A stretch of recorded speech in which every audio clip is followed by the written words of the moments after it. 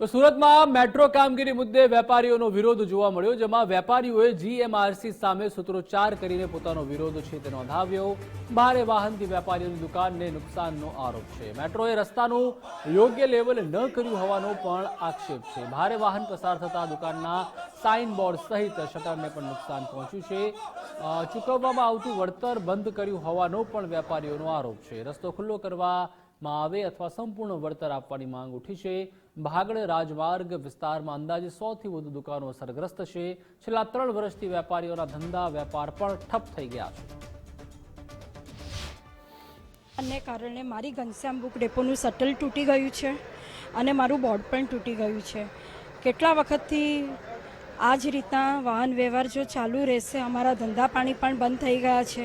હું મારા ઘરમાં એકલી કમાનારી છું અને હું વિધવા છું, મને કોઈ દીકરો પણ નથી। તો આ બધું જે અફોર્ડ મારાથી પણ નહીં થઈ શકશે। મેટ્રોએ ચોક્કસપણે અમને પૈસા આપવા જોઈએ અને અત્યારના જે પૈસા આપવાના બંધ કરી દીધા છે એ પણ પાછું ચાલુ થવું જ જોઈએ। આપનું નામ? હિરેન, મારી ઓમ બેગ વર્લ્ડ નામની દુકાન છે સાહેબ। અત્યારે અમે કેટલા વખતથી એના હેરાન થઈ ગયા છે, અમને તકલીફ ઘણી પડે છે। વળતરના નામ પર અમને અત્યારે હવે લોલીપોપ જ આપી દીધેલું છે। આટલો 7 ફૂટનો રોડ આપીને એ લોકોએ અમારું વળતર બંધ